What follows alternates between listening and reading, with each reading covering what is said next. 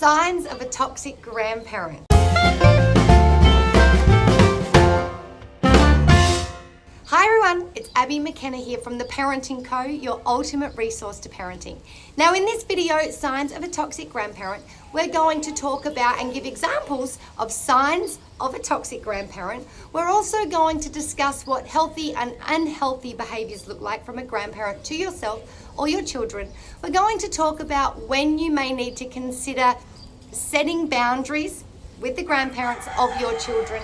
And we're also aiming to help empower you and remind you that as the parent, it is your role to look after your children. And of course, you're allowed to make decisions and set boundaries in the best interests of yourself and the health of your children and yourself. I know I said that a lot, but in order for our kids to be healthy, we need to be healthy in the best version of ourselves also. So sit back and, like always, let us know what you think. We hope it helps. Now, it's really important to note that as you're listening to these signs, not all of you will have experienced them or experienced them in the same way. As I said, there is different levels of toxicity. And some of you are watching for interest as well. We all long for that fairy tale grandparent, that nurturing, loving, cuddly, warm, non-judgmental, advice-giving, guide-giving grandparent to ourselves and our children.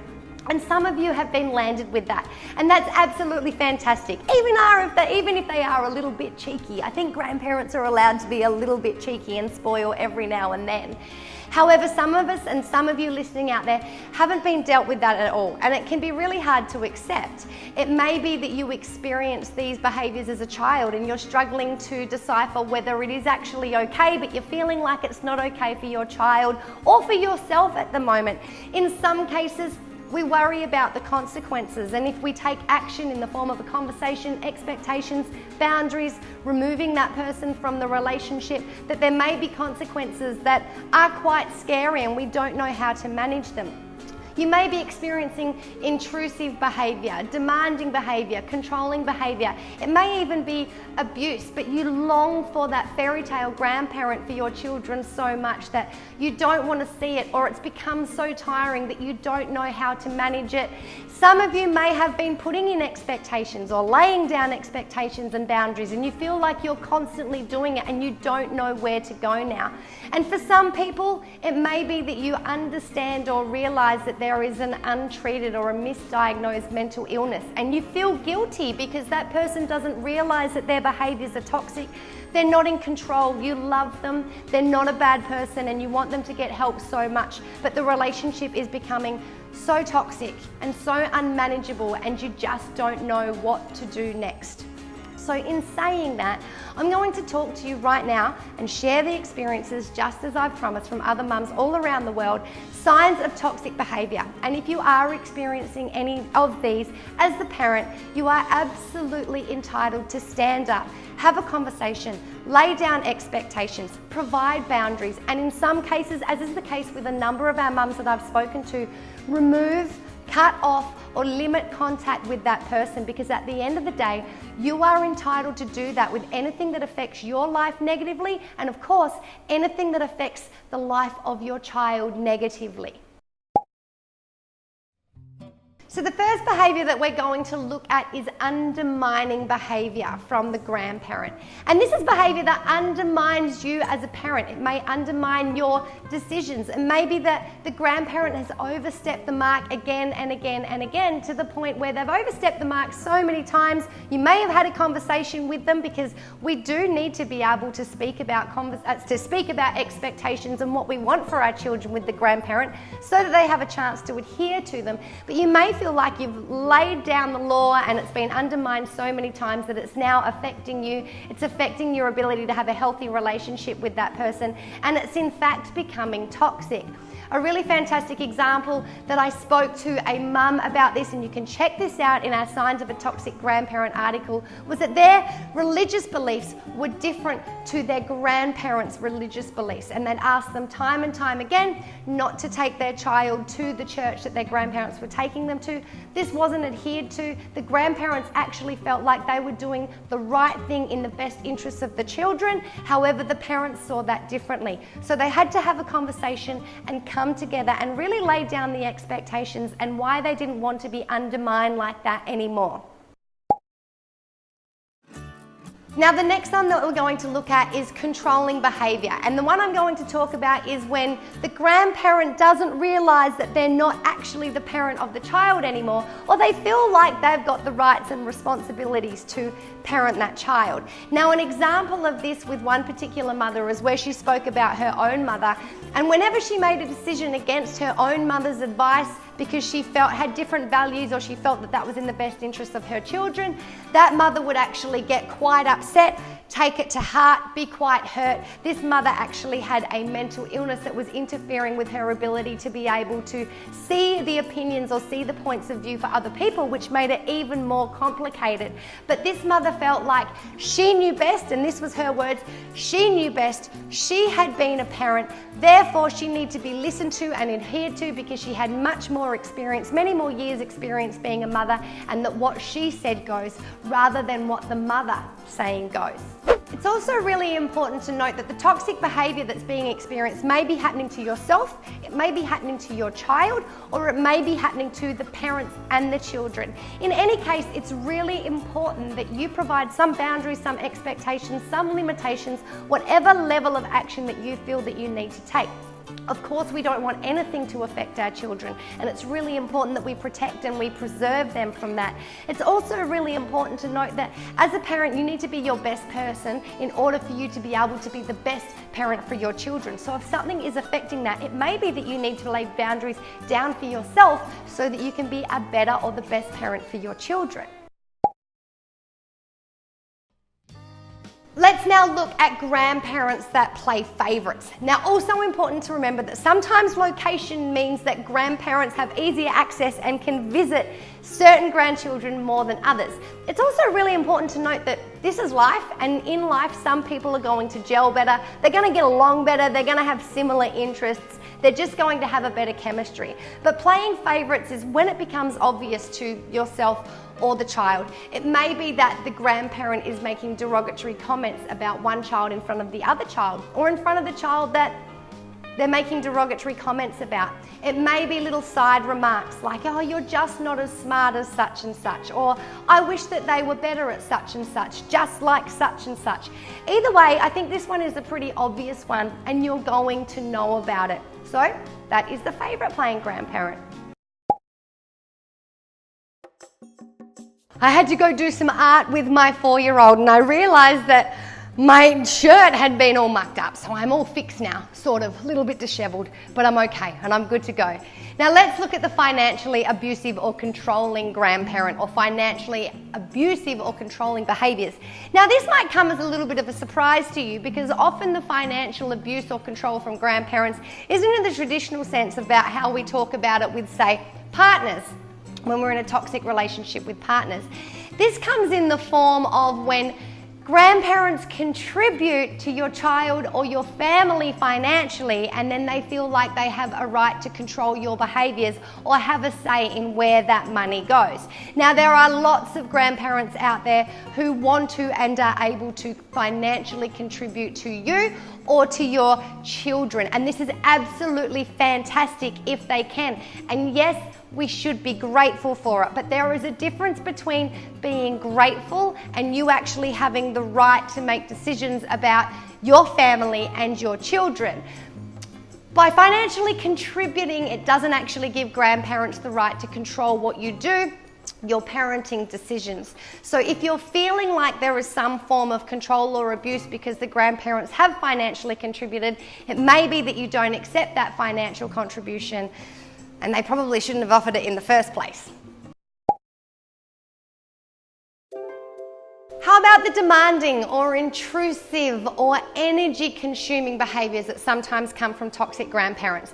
Now, we've all had grandparents that want to see their grandchildren as much as they can, and that's absolutely okay. But what I'm talking about is when this demanding or intrusive or energy-consuming behaviour really starts consuming your life, and you start to feel like It's leeching all of your energy and it's becoming or is absolutely toxic. It may be that the grandparent demands to see the children at times that are just unsuitable and they get upset when they can't. It may be that they demand that the grandchildren are available to them whenever they want, or one particular parent or both parents as a team don't feel like it's appropriate for the grandparent to have those children in care in a certain situation that they aren't happy with. It may be that that grandparent is calling constantly. I spoke to a mum who's had a grandparent who would call 4, 5 or 6 times a day, and often the reason why they were calling was to dump their own emotions and problems onto that family, and they felt like they were just having to manage that relationship and pick that person up, and they weren't able to take care of themselves or their own lives. It's absolutely okay to have boundaries and to limit phone calls. It's also okay to only be able to accept and help when you can, even if this person is your parent, because you are a parent and you need to be able to parent yourself. How about the nothing's ever good enough behaviours? I spoke to one particular mum who felt like nothing was ever good enough for the grandparents of her children. It wasn't good enough with the school that she chose. The food that she gave them wasn't good enough. She gave them too much technology time. The house wasn't good enough. The house wasn't clean enough. The friends that she hung around weren't good enough. They didn't like the partner that she'd chosen to bring into the lives of her children. Nothing was ever good enough, and this just got so tiring that she felt like she wasn't available for herself or her children any longer. And then there's victim playing or victim behaviours.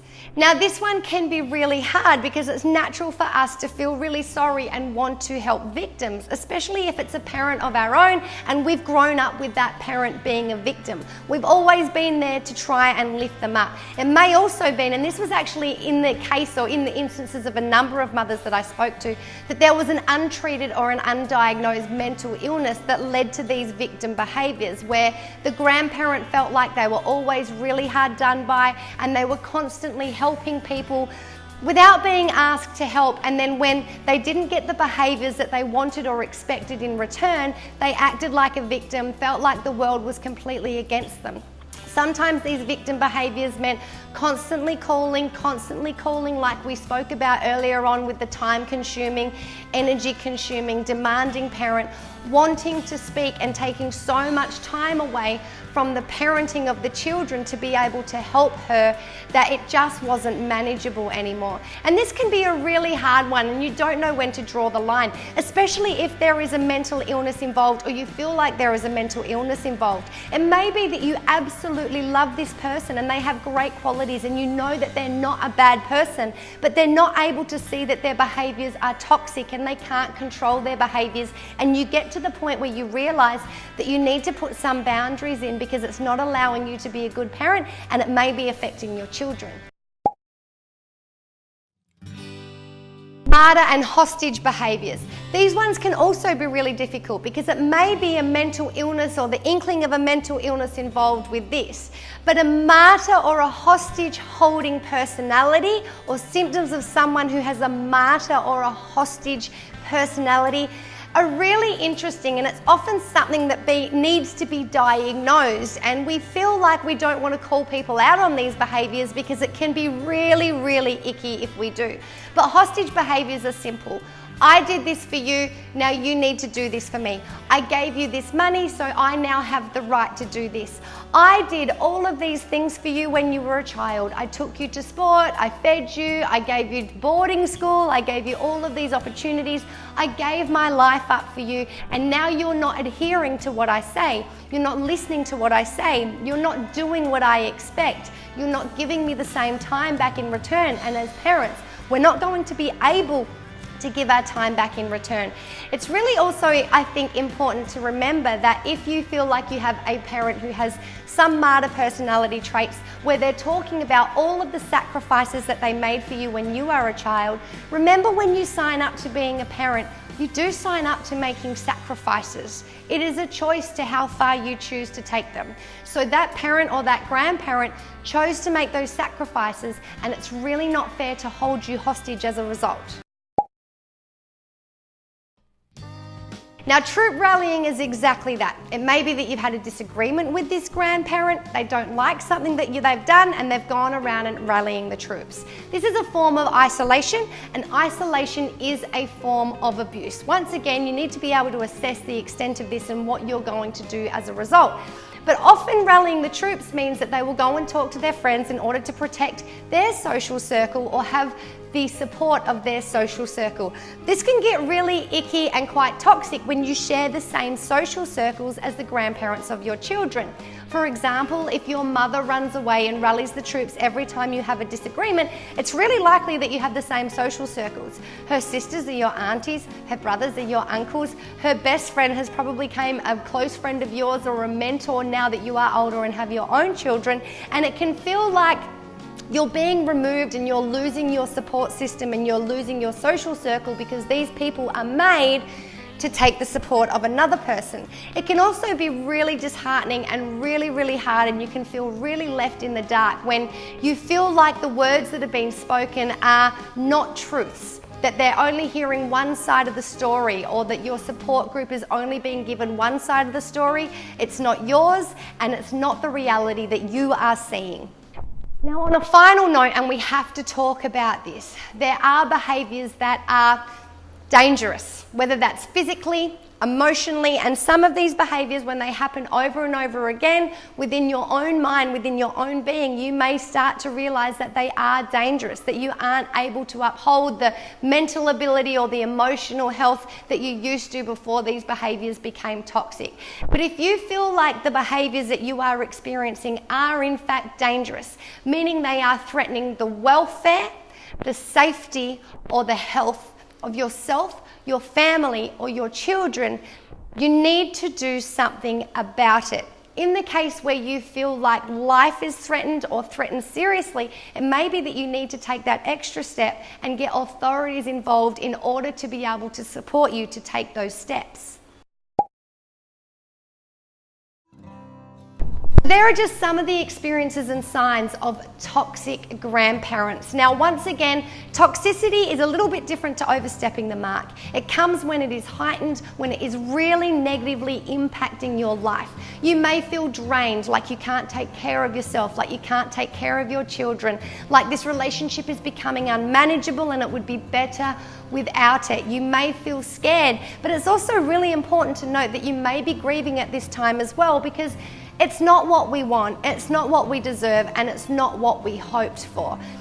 I need to reiterate that at the end of the day, you are the parent. And I know a lot of you that I'm talking to right now, you don't want to be in this situation. You're not happy about it, and you wish so hard that things were different. You may be laying down boundaries again and again and again, and you're not understanding why they're not being adhered to, and you're feeling like it's getting to a level where you may need to take drastic action to remove that person. So there it is, signs of a toxic grandparent. Now, some of you may be experiencing this, some of you not so much. Some of you may know that the signs or the things that you are experiencing are toxic and may just need a little bit of extra support to know that, hey, it's okay that I set expectations and boundaries. Whatever it is, we hope that you got value out of this great video. So as always, please give us a like, share this with someone that needs it, comment about your experiences and what you thought about this video. And while you're at it, make sure you subscribe to the Parenting Co channel so that you can be notified and get all of the content as soon as it is uploaded onto our channel.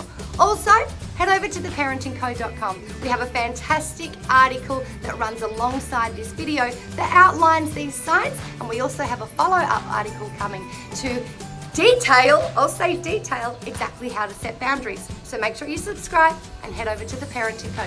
We'll see you back here for the next video.